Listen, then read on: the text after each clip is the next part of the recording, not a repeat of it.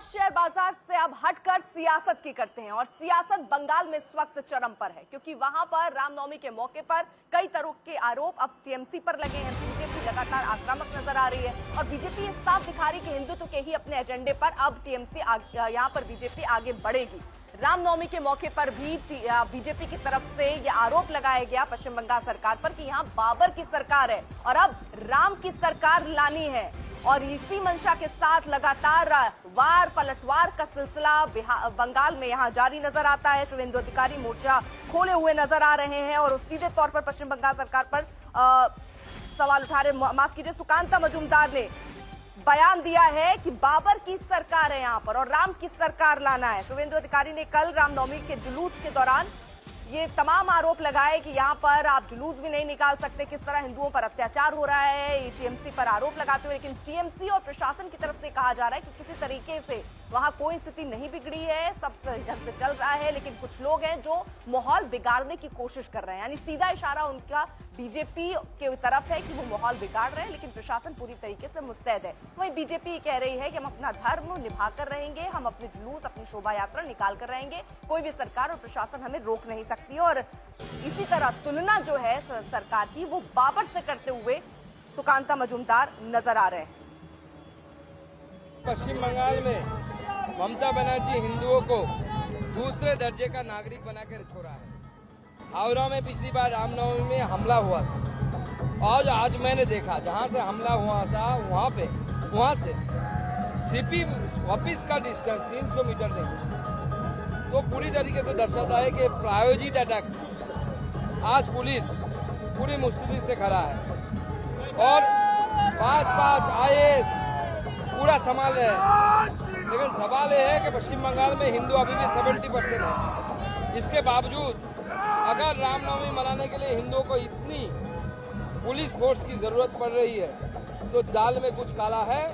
बंगाल ठीक तरीके से नहीं है। बीजेपी की सरकार बनेगी, राम की सरकार बनेगी, तब जाके सही होगा। अभी बाबर की सरकार चल रही है। ममता बनर्जी चाहती नहीं कि हिंदुओं के त्योहार यहाँ पे हो, क्योंकि ममता बनर्जी ये जताना चाहती है कि हिंदू ममता बनर्जी को वोट नहीं देते, इसलिए तो आप दूसरे दर्जे के नागरिक हैं। लेकिन हिंदू इससे डरने वाला नहीं है।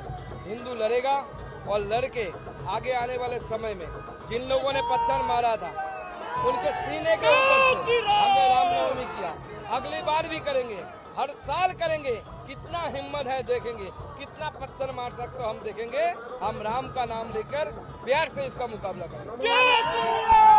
कुणाल घोष हिंदू है कि नहीं पहले बोले तो उसके बाद 1 नंबर हिंदू 2 हिंदू होगा। उनके पार्टी के बहुत लोगों को समझ में आ गया आगे रामराज आने वाला, इसलिए जुलूस में चलने लगे। उनका क्या होगा, जैसे अनाचारी लोग, भ्रष्टाचारी लोग जब तो बंगाल को राज करेंगे और बंगाल के लोग कंफ्यूज करेंगे, बंगाल के उद्धार नहीं होगा। अनुपम मिश्रा हमारे साथ हमारे सहयोगी इस वक्त जुड़ चुके हैं बंगाल से। अनुपम, एक चीज तो साफ दिख रही है, पिच जो तैयार की है बीजेपी ने अपने लिए वो हिंदुत्व की पिच है, जिस पर वो खुलकर बैटिंग करती हुई नजर आ रही है।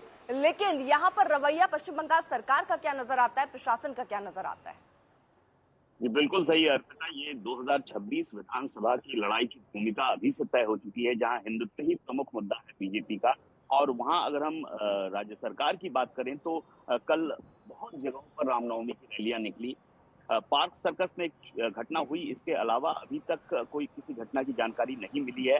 हालांकि बीजेपी की ओर से लगातार आरोप लगाया जा रहा है। सुकांत मजूमदार ने भी पार्क सर्कस की घटना को लेकर आरोप लगाया, पुलिस की ओर से भी प्रतिक्रिया आई इस पर।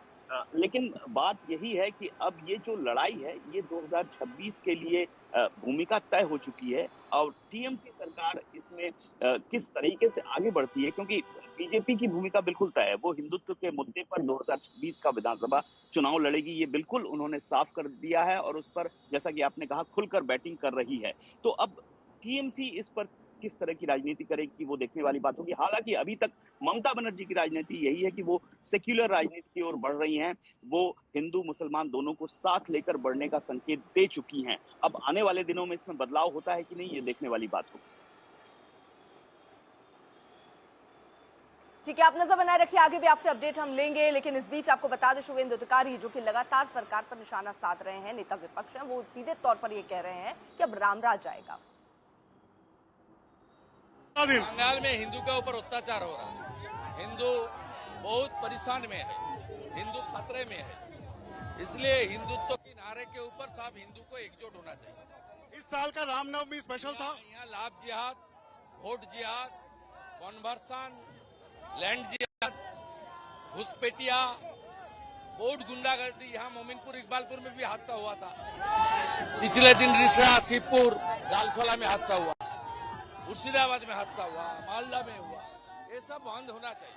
सरकार को राजधर्म पालन करना चाहिए। आज का रामनवमी स्पेशल था इस बार, आपको लगता है? इस बार हिंदू ताकत दिखा रहा है, बहुत अच्छा हो रहा है। और आपने कहा था कि जितने भी हिंदू हैं सबको इस बार निकलना चाहिए। बांटना मत। कुछ जगह में अस्त्र लेके भी मिছিল जुलूस निकाला गया। वो मेरा जानकारी नहीं है। वो हमारी तो ये कोई परंपरा है जो हिंदू शास्त्र में है, वो करेगा। हिंदू का त्योहार हिंदू शास्त्र में करना चाहिए। बाकी हिंसा तो नहीं हुआ, 8 बज गया है, हिंसा नहीं हुआ है, नहीं होगा।